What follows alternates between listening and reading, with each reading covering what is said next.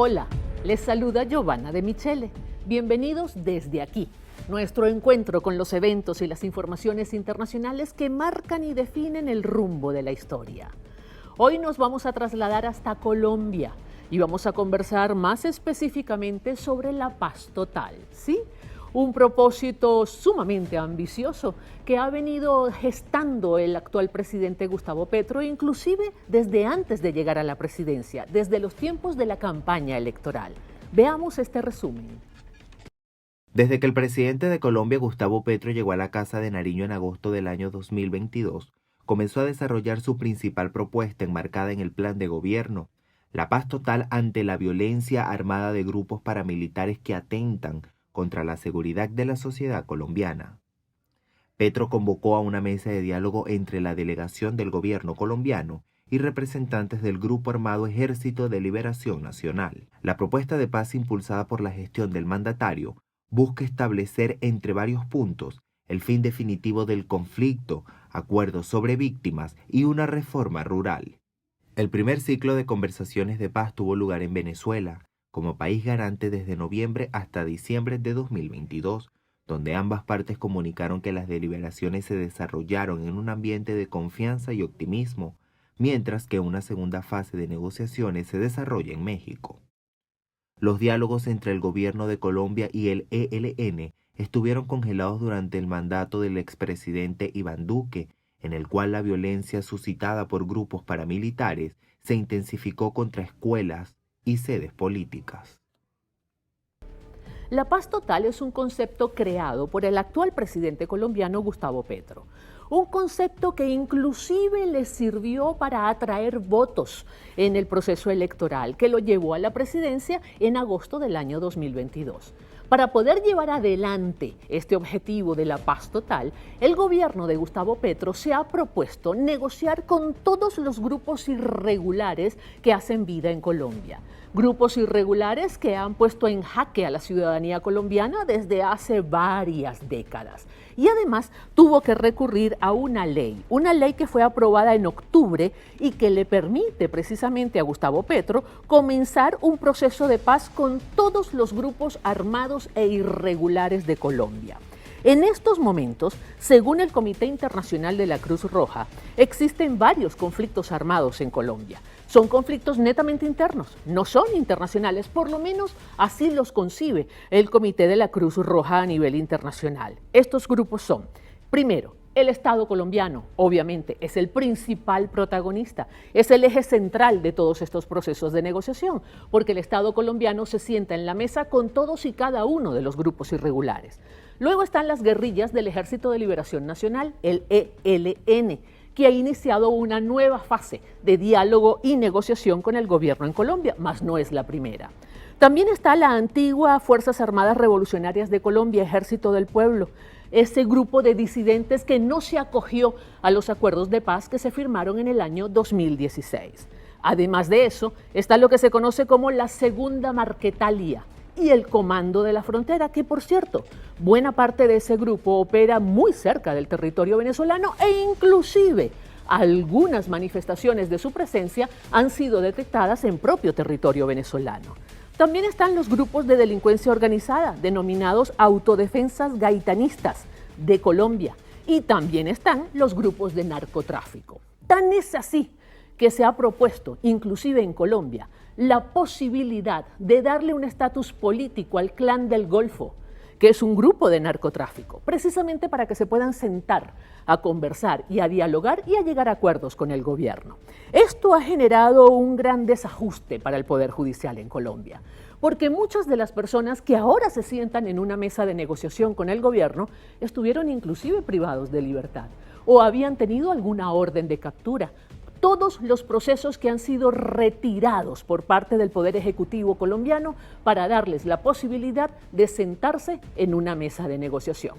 Sobre esto y más vamos a conversar hoy desde aquí.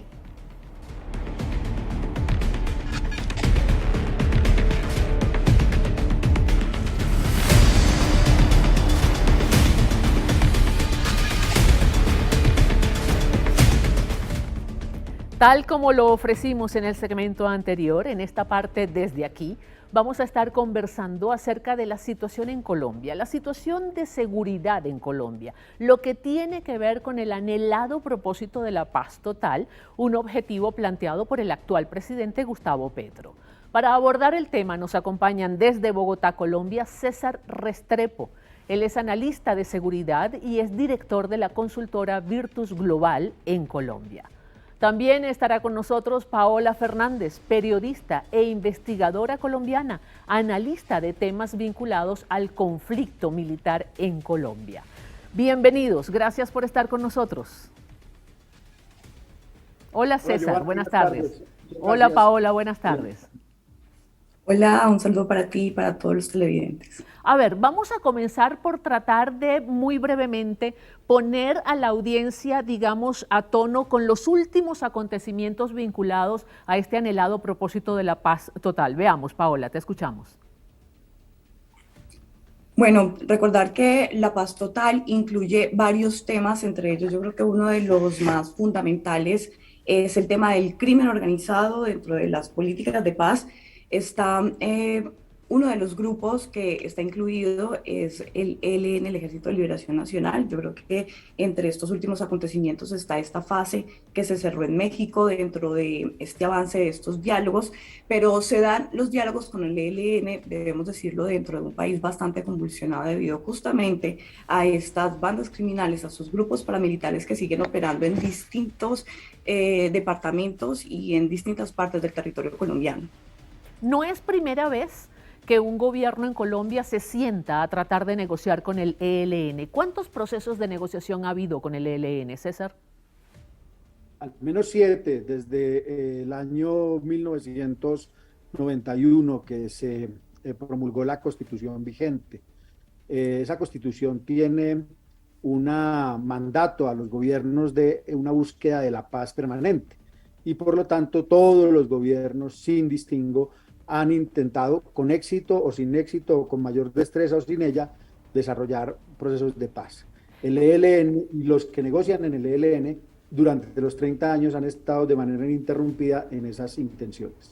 Es llamativo que durante 32 años se ha tratado de, digamos, llegar a acuerdos con el ELN por varias iniciativas, por varios caminos, y al final nunca se ha logrado. ¿Se puede de alguna manera sintetizar las razones fundamentales por las cuales al final se abortan los procesos de negociación con este grupo? Cualquiera de los dos. El ELN es una organización con unas particularidades muy especiales. Y yo creo que la imposibilidad de llegar a un acuerdo hasta este momento lo define un par de conclusiones que se sacan de la última ronda de negociaciones. El ELN no está dispuesto a entregar las armas y el ELN cree que la construcción de la paz es el desarrollo de unos diálogos que ellos lideran con poblaciones que están bajo el temor de sus armas, en posesión de armas y para construir un cogobierno con una estructura que no está dispuesta a dejar las armas. No es fácil además sumarle que en medio de estas negociaciones fallidas, porque tenemos negociaciones no solamente con el ELN, sino con otros grupos en el 91, en el 98, en el 2004, donde están incluidos varios periodos de gobierno, y yo creo que estos antecedentes también complican un poco más este proceso de negociaciones con el ELN, justamente por lo que se ha vivido. En el último caso, con el tema de las FARC. Y yo creo que esos errores que se han cometido en la implementación del acuerdo con las FARC, pues repercuten ahora en esa mesa de diálogos con el ELN. Claro, y me llama la atención que siendo el actual presidente colombiano un hombre que conoció los movimientos subversivos por dentro, que militó en un movimiento como fue el M-19, que conoce realmente la esencia de estos grupos armados, se trace como propósito algo tan ambicioso como lograr la paz con el ELN, lograr la paz a través de una mesa de diálogo, sentarlos en una mesa de diálogo sin antes, digamos, plantearse el debilitamiento del grupo, ¿no? Hay en ese sentido, en mi criterio, un error de lectura del presidente de la República sobre lo que significa la negociación con el ELN. En principio porque las organizaciones guerrilleras y terroristas a lo largo de la historia de Colombia no son homogéneas. De hecho, han tenido muchos periodos en que se han enfrentado entre ellas mismas. Adicionalmente, porque el hecho de que el ELN haya llegado hasta este momento sin haber sido desarticulada, en 3 oportunidades el ELN estuvo a punto de ser desarticulado, pero el gobierno los gobiernos de las épocas abrieron espacios de negociación y les permitieron reordenarse y tener una resiliencia en su organización criminal, pues en este momento los hace en su imaginario ganadores del juego. Y como ganadores del juego están sentados a negociar con la institucionalidad, ellos están por fuera de la institucionalidad. Entonces, más allá de cualquier número de afinidades que tengan en algún tipo de visión futura sobre el país, en últimas el ELN entiende que sigue confrontando a las instituciones, donde está un gobierno que tiene algunas de esas afinidades, pero además que ellos están poniendo las condiciones en términos de brindarle al gobierno esa oportunidad de paz. Hay una cosa muy importante, Giovanna, a tener en cuenta aquí, es que en las otras negociaciones con las organizaciones criminales y terroristas llegaron al momento de la negociación debilitadas. Este no es el momento de la debilidad de las FARC ni de los grupos criminales. Ahí es donde la paz total termina siendo un absoluto desbalance entre quienes están al margen de la ley y quienes son la institucionalidad. Qué bueno que... Perdón, sí, adelante, Paola. Que como lo mencionabas, Giovanna, sí es bastante ambicioso, el panorama es bastante difícil para el gobierno actual y entender también que el ELN responde a distintas reivindicaciones según su territorio. Entonces, esos acuerdos deben tener un enfoque diferenciado regionalmente y como lo menciona César, fuera de estar hoy en día desarticulados o de estar debilitados, pues lo que vemos es otro panorama frente a estos grupos al margen de la ley. Sí, parece contradictorio, ¿no? Buscar sentar en la mesa a un grupo que se siente absolutamente fortalecido. Nadie se sienta a negociar si todavía considera que puede lograr sus propios objetivos por sus propios medios. Pero César tocó algo que me parece vital en todo este asunto y que tiene mucho que ver con el devenir de Colombia, y es el tema institucional. Esta negociación, de la manera como se está llevando, inclusive la liberación de algunos que ya estaban juzgados, que ya estaban sentenciados y estaban privados de libertad, de alguna manera pone en jaque al Poder Judicial en Colombia. No me respondan ahora, vamos a una pausa y enseguida volvemos desde aquí.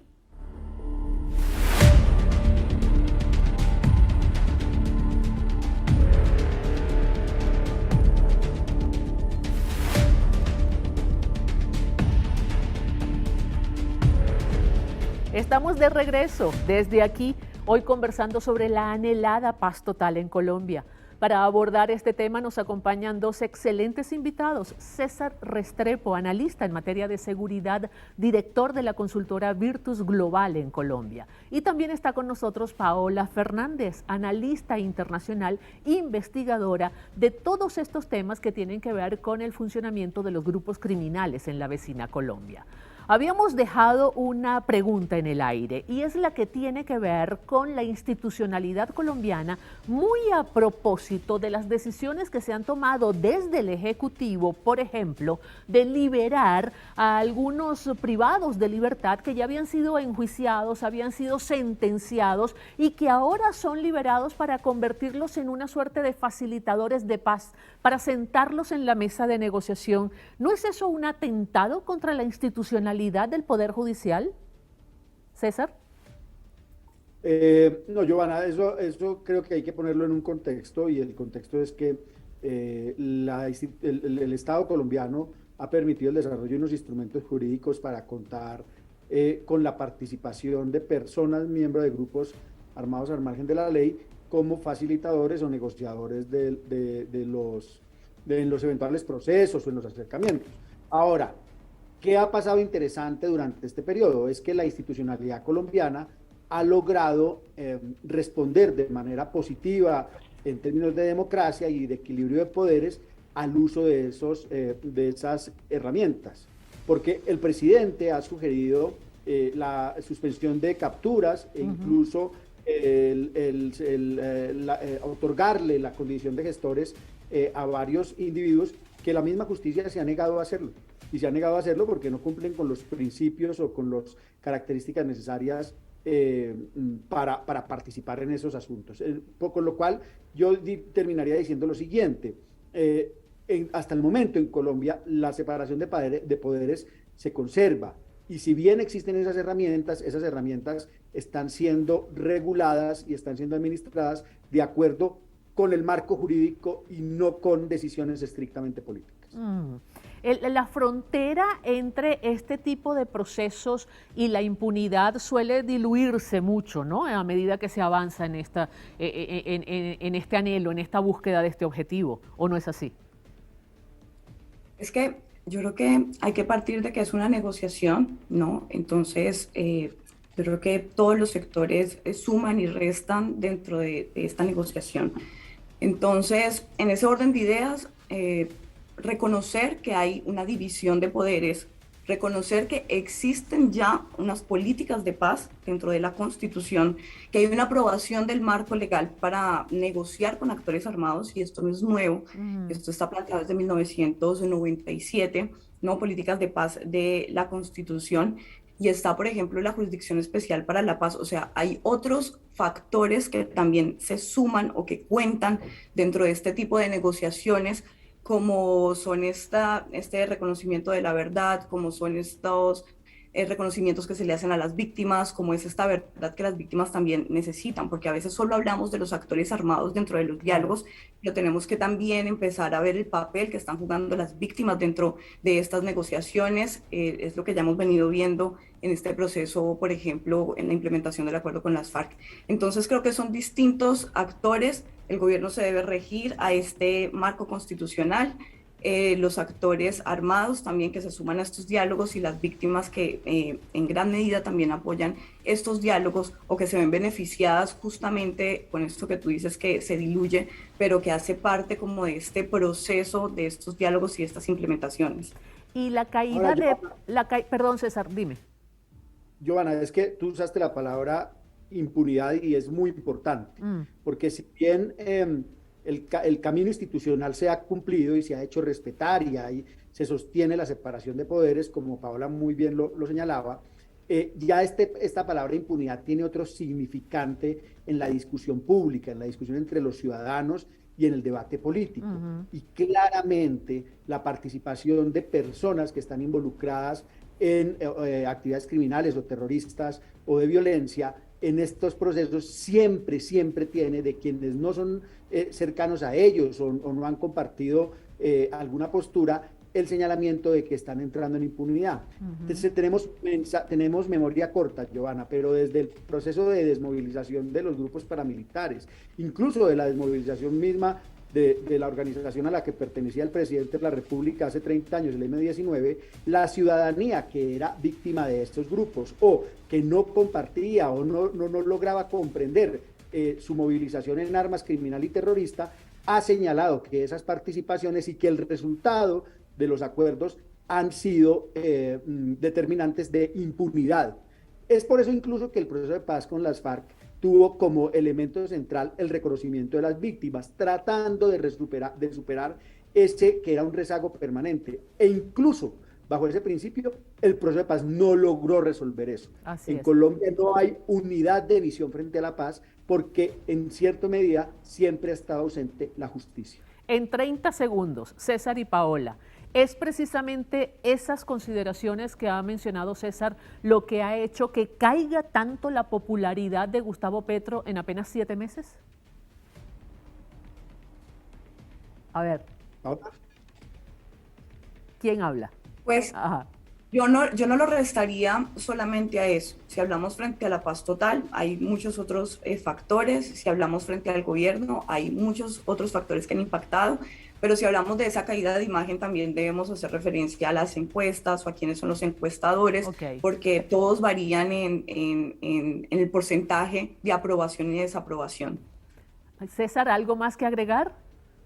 No, yo creo que no depende de la paz total. Yo creo que la desaprobación de Petro radica en 2 ejes. El primero es que él llega al poder a través de una apuesta muy grande que está siendo imposible de cumplir por muchos factores, y entonces el ejercicio del gobierno es mucho más difícil que el ejercicio de la oposición y de la campaña política. Y en segundo lugar es que la confrontación a la que se dedicó a desarrollar, pues también hace que no solo haya perdido no solo que no haya recogido a los electores que no votaron por él, sino que empiece a perder electores que no necesariamente eran petristas, pero que querían hacer una transformación del liderazgo político en el país. Muchísimas gracias por haber estado con nosotros desde aquí. César Restrepo, analista de seguridad, director de Virtus Global en Colombia, y Paola Fernández, analista internacional, investigadora y estudiosa de los temas de la violencia en Colombia. Mis conclusiones brevemente sobre este tema. La paz total es un anhelo de la sociedad colombiana desde hace décadas. Sin embargo, precisamente esas décadas, el tiempo transcurrido, ha permitido que la violencia en Colombia tenga raíces absolutamente diversificadas, con intereses a veces complementarios, a veces contrapuestos. De ahí que lograr la paz total sea de verdad un compromiso muy difícil de alcanzar. Es prácticamente imposible complacer a todos los sectores en torno a ese anhelado objetivo. Será hasta una próxima entrega.